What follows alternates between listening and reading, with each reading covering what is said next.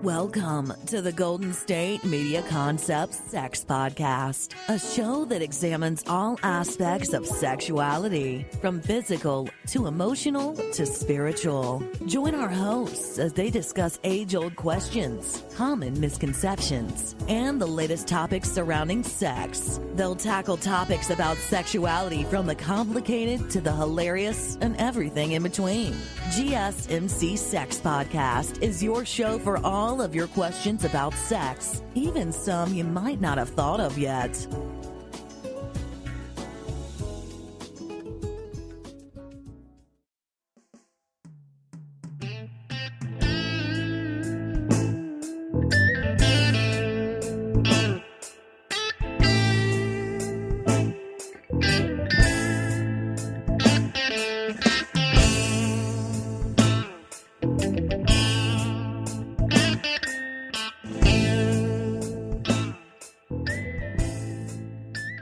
Hello and welcome to Golden State Media Concepts Sex Podcast. I'm your host, John Johnson. And today I have titled this particular podcast, Sexpositions.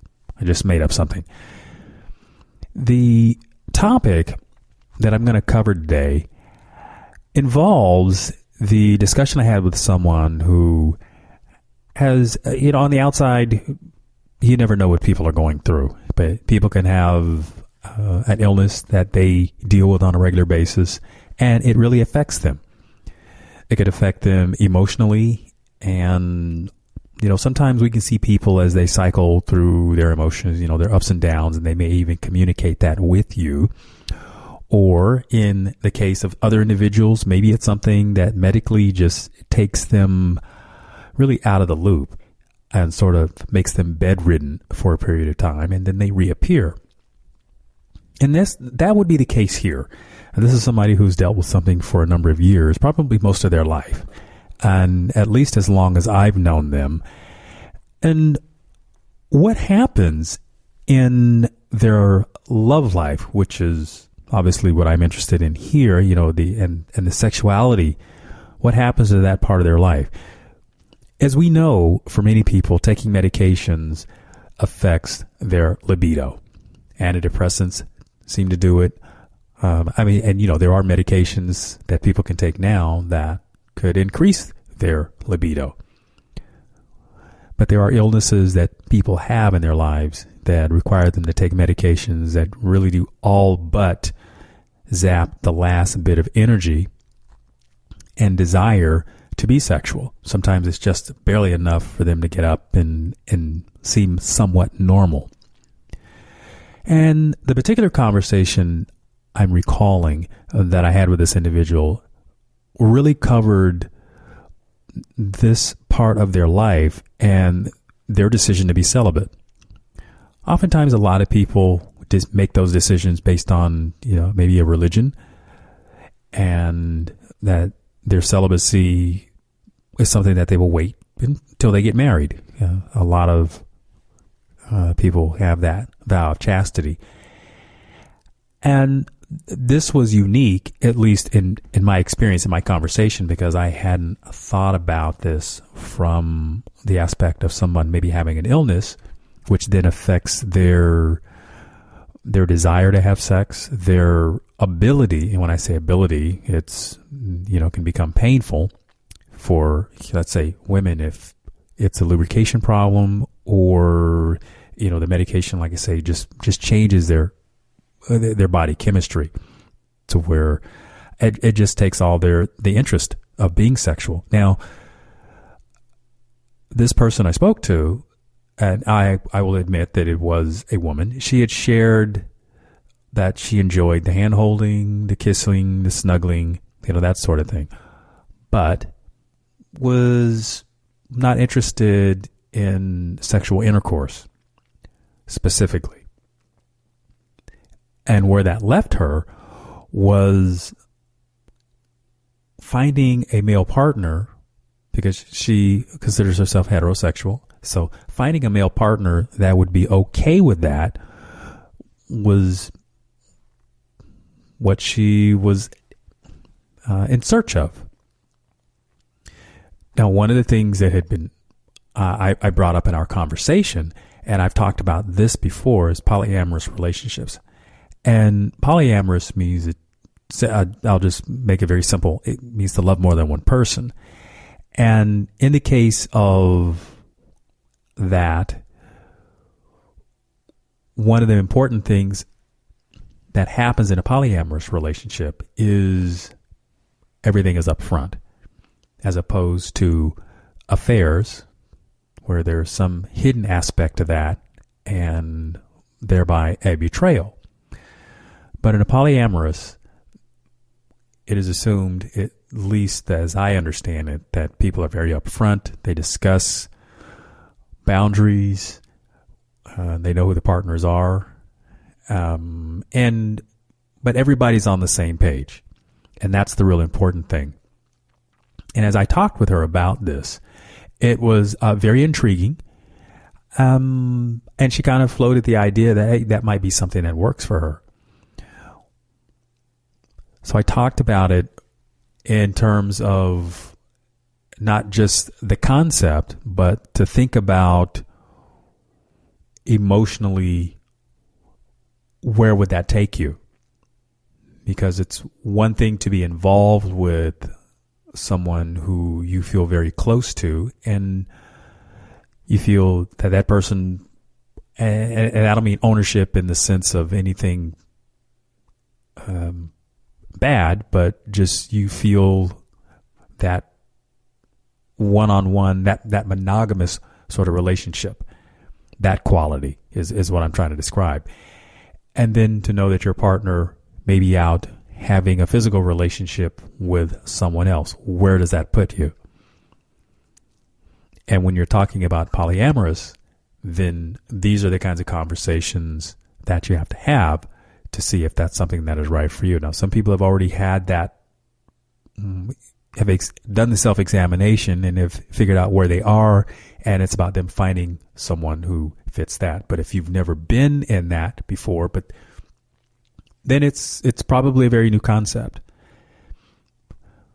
But the scenario here is what I find interesting, in that it actually brings up the possibility that this may be something that would work for this individual, and that she doesn't feel that being sexual is something that she wants to do or is capable of. She wouldn't get any joy out of it because she has tried that and it has been very painful.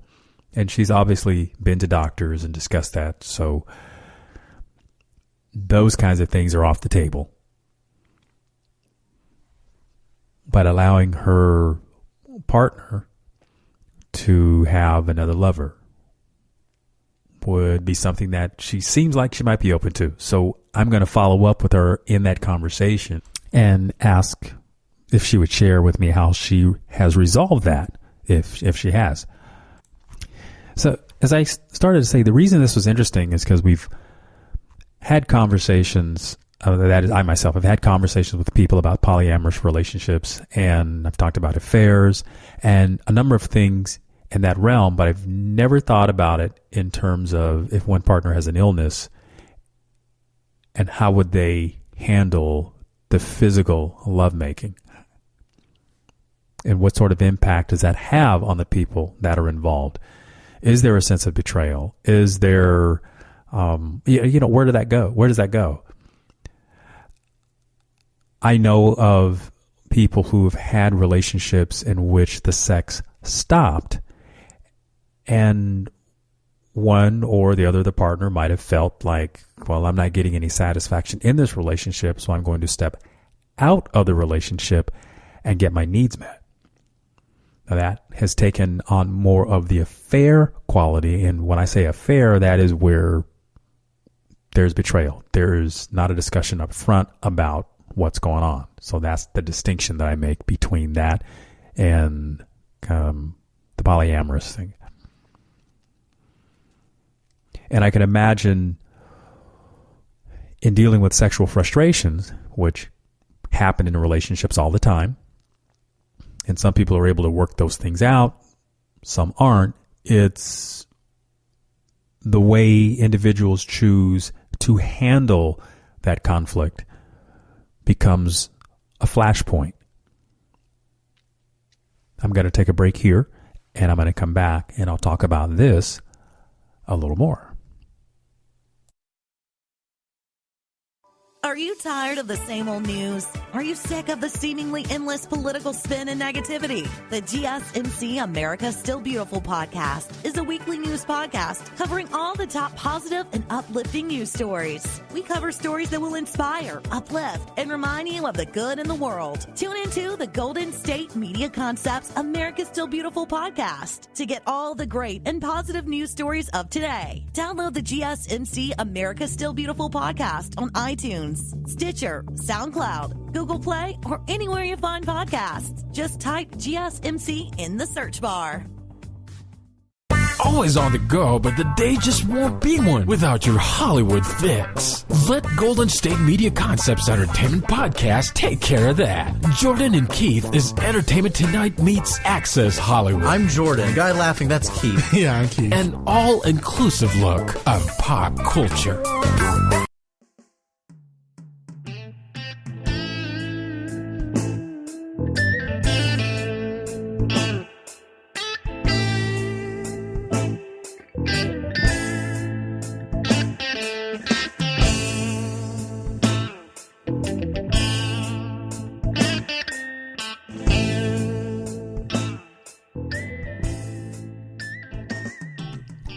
Welcome back to the Golden State Media Concepts Sex Podcast. I'm your host, John Johnson, and I am, in a roundabout way, talking about people that have an illness, and if your partner is one of those, how do you handle the sexual relationship? Sometimes it is something that happens while you're in the relationship, so maybe there's some negotiations that go on. Maybe in many of these cases, people are very capable of having these open and honest discussions, because if it's an illness that affects someone very deeply, then there is a lot of pragmatism that comes with that. And you have things to handle, things to discuss. Or maybe there's a possibility that there is no time to even think about those things or worry about those things. But maybe at some point it does come up, because the relationship is two individuals. At least in this case, that's the way I'm discussing it. And from the position that when you have two people that are in a relationship and then one of them gets ill, what do? That's probably fairly common. This particular discussion that I'm having is with an individual, or it was with an individual who has had an illness most of their life, and then they decide to get involved with someone, and determining what their sex life is going to be like in the relationship. That's a little bit different. At least I've not thought about that and had that conversation before. And this was a wonderful opportunity for me to sort of dissect some of the things that happen. I mean, it's great that you can go into something like this with your eyes open, knowing your own history and how something like that would impact you. Let's say you're the individual that doesn't have the illness, and the person you're considering getting involved with has made a decision for themselves that they want to be celibate, but that they would be open to you having a lover. Now, some would be comfortable with that and some wouldn't. But it is a very pragmatic thing to begin to discuss. And the thought of why, if you were in this situation, why would you allow the other person to take on a lover, or why not? I think what this conversation brought about in terms of what I was thinking is, when a person is willing to be that vulnerable to discuss their life, the effects of, now this person has had relationships and they know enough about themselves and know where they are at this point in time in their life. So, and to give a reference, I would say this person is over 40. So as I could say that they've had a lot of life that they've experienced. So they're speaking not from theory, but from the basis of having lived life, had experiences, and decided, okay, this is what works for them. And knowing where you are, let's say you're the person with the illness, and then having to have the conversation and deciding what we can work on as a couple and what you do outside the relationship, but that still leaves you feeling like you're important. And polyamorous relationships have these kinds of conversations all the time because it is tantamount to being sure that everybody's on the same page. And that's very important. So, and if you don't know a lot about polyamorous relationships, you can look it up. I have done a podcast on that subject. But and a little bit ago, I did give a bit of an explanation that polyamorous basically means you love more than one person. And, some people deal with the expression of their love and total devotion to their partner. And that's great. Some people like to deal with the expression of their love in a way that allows them to experience other things about themselves. And when it comes to the sexual aspect, if you find that a person that you feel committed to cannot fulfill that, do you, say, not have a relationship at all with that person? Because there may be all these other aspects that you're able to have a wonderful connection on.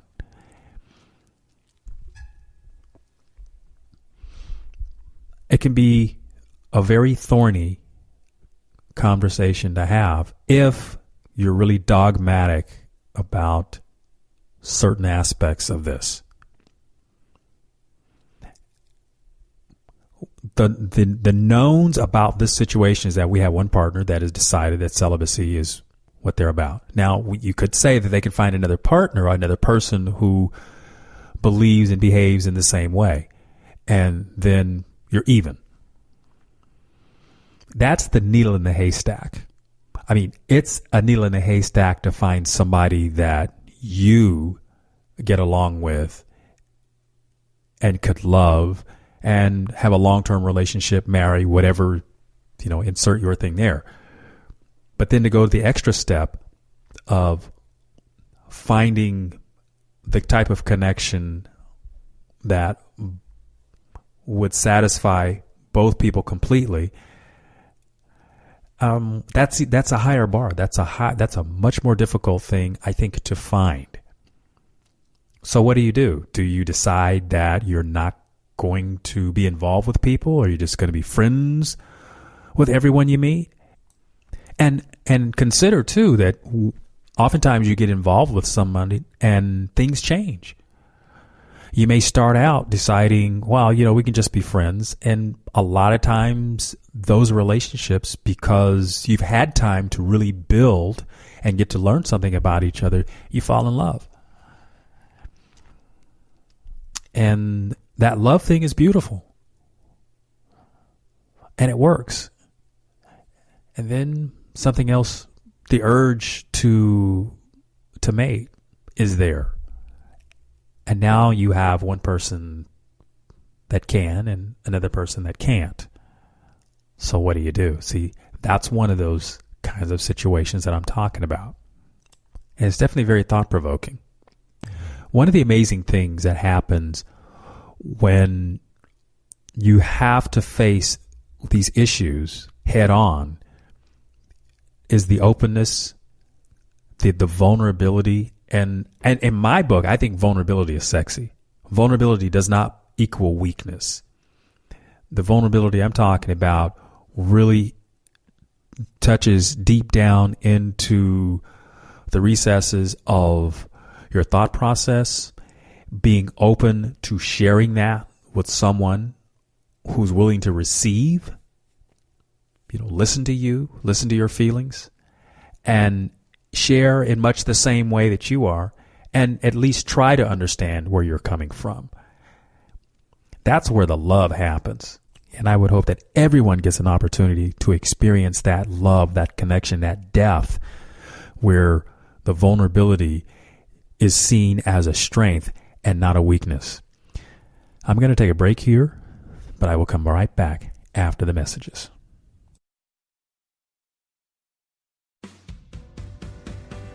The Golden State Media Concepts Travel Podcast, the show that gives you advice on everything travel. We explore places you've always wanted to go, as well as giving tips for traveling in those places. We'll give you advice on the best sites for travel tips, information, and discounts. Join us as we travel the world, explore cultures, and meet new people. The Golden State Media Concepts Travel Podcast has got you covered. Download the GSMC Travel Podcast on iTunes, Stitcher, SoundCloud, Google Play, or anywhere you find podcasts. Just type GSMC in the search bar.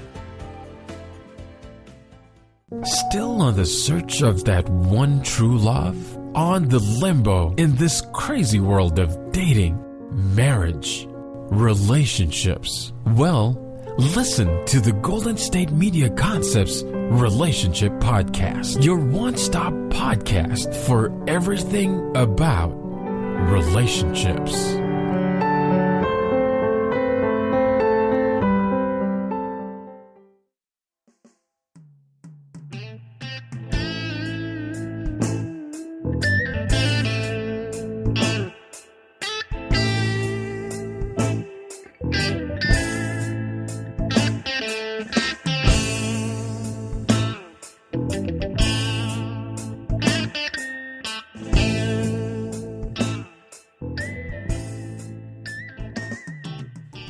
Welcome back to Golden State Media Concepts Sex Podcast. I'm John Johnson. And the topic of conversation here is having a relationship with someone that may have an illness and their decision to be celibate and how that affects you. And if you feel that sex is a part of something that you want in your relationship, but you have a partner that is chosen or has decided that is not something that they can provide for you, how will you navigate that? And I've tossed out a couple of suggestions there. The incidents with which something like this happens, I have no idea. But illness is obviously very prevalent because we are human beings and we transition in and out of those kinds of things all the time. And it's quite possible that you could be involved with someone who has the same sort of condition, and it impacts your ability to be sexual with them. And vis-a-vis, you may not be having sex. Now, that's not to say that it isn't important to you, but maybe you've found a way to put that aside. And in the case of how people can be sexual, when in the illustration that I've been referring to is a woman who is in her 40s who has dealt with illness and has chosen celibacy for her life. Now, what does that mean for you? Does that mean that there is no sexual contact at all? Or are there other ways that people can be intimate that don't necessarily involve coitus, which is sex, that's penetration, that business? Now, a lot of people can speak to the experience of having been, let's say, married or having been involved with someone and their partner experiencing an accident or having an illness which takes away their sexual function and having to deal with it on that level. Now, I say this one is a little bit different because this is a case in which one would know ahead of time what some of the limitations are and then discussing what they're going to do about it. And for that reason, it makes it fairly unique. Now, as I sit here and process what I'm sharing with you, now I can think of another circumstance which probably for years affected people, and it was those that had, let's say, AIDS. Now, there are people who were cautioned very strongly about having unprotected sex because of the possibility of transmission of that illness. So I can imagine if you were someone who was involved with an individual that had that particular virus, then there were certain steps you needed to take because there was a life or death issue. And it probably made it a lot easier to make decisions about what to do. Now, you could definitely be in a relationship with a person, you could love them, but not having sex was probably part of the deal, and you understood that. Now, in the case in which I'm speaking of, it's unique in its aspect of there isn't an illness like AIDS involved, but it is just that the person, because of what they're afflicted with, sex is not something that she feels that she can participate in. She's definitely made the choice, and celibacy is her choice. And it was about the alternatives and that she could still have a relationship with someone who would love her just the same, but the possibility of who she would be in love with, that maybe her partner would take on someone else as a lover. Now, I've described a specific scenario here, but I don't think having another person that you are attracted to is all that unusual, at least from the aspect of being attracted to individuals. Now, when we talk about this in regular, let's see, monogamous relationships, we specifically talk about having restraint and having eyes for the person that you are committed to.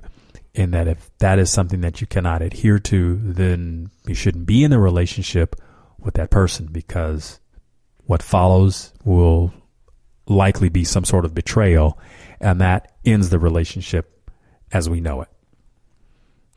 But to those of you who are listening to the podcast, I wonder if you have processed this sort of thing yourself, or if you've known somebody who's been in a situation as I've described specifically. And I'm not so much talking about the affair thing, because I think we all have heard about those situations and how they end up. But this is more about somebody consciously having a very important conversation of beginning a relationship with someone, discussing the parameters, and deciding for themselves to go forward. Now, the irony is, because of the circumstances here, it forces the conversation. Whereas there are so many times in which when you fall in love with somebody, because you don't have any of these constraints, I mean, think about it. You just sort of blindly fall in love with someone and you just sort of go down the walkway of life, never really talking about the important topics until they sort of, kind of smack you in the face, and then you're forced to deal with it. Now, that's a pretty simplified way of explaining it, but that's kind of what happens to people. You find somebody out there that you're attracted to, and they're attracted to you, and you just sort of start doing things together, and you fill the space in each other's lives. Hopefully you've had intelligent conversations and you find that you have a lot of things in common. And then when you have an upset or an argument, you have the skills to resolve it and to pick back up where you left off and go on. I mean, that's great when it happens, and that's oftentimes how a lot of relationships come together. But in the case of what I've been sharing here, you really have to have all of those conversations up front going forward before the relationship can really get some traction. Because if you don't, you're going to have a lot of heartache. And I think because of the experiences that you will have had already, it really brings it home as to how important it is to know what you're going to get yourself into. And to think about ways on how to resolve problems. Again, all of this up front. I think it's a fascinating topic. Now, as a sidebar, it just occurred to me. I was at a film festival about a week or so ago, and there was a film there called The Not Dying Girl. If you have a chance, find some way to look this film up. In this story, it talks about a young lady who was afflicted with cancer and her battle with cancer itself. And one of the things on her bucket list was she wanted to get married. Now, what I found fascinating is here was a situation in which the young man who was in her life, who she married, he was aware of the circumstances of her health, and they got married. They loved each other. They dealt with the things that they had to deal with. Now, and it worked out for them to at least be together for the short time. Now, she did pass away. That's one of the sad parts of the story. But here was a situation in which someone faced the circumstances that were unfolding head on and made some calculated decisions about what they were going to do. I'm going to leave it at that. I'm John Johnson. This is the Golden State Media Concepts Sex Podcast, and I want to thank you for listening. You've been listening to the Golden State Media Concepts Sex Podcast, part of the GSMC Podcast Network. You can find this show and others like it at www.gsmcpodcast.com. Download our podcasts on iTunes, Stitcher, SoundCloud, Google Play, or anywhere you find podcasts. Just type in GSMC to find all of our shows from the GSMC Podcast Network. From sex and relationships to health and wellness, life and happiness, and even weird news. You can also follow us on Twitter and Facebook. Thank you, and we hope you have enjoyed today's episode of the Golden State Media Concepts Sex Podcast.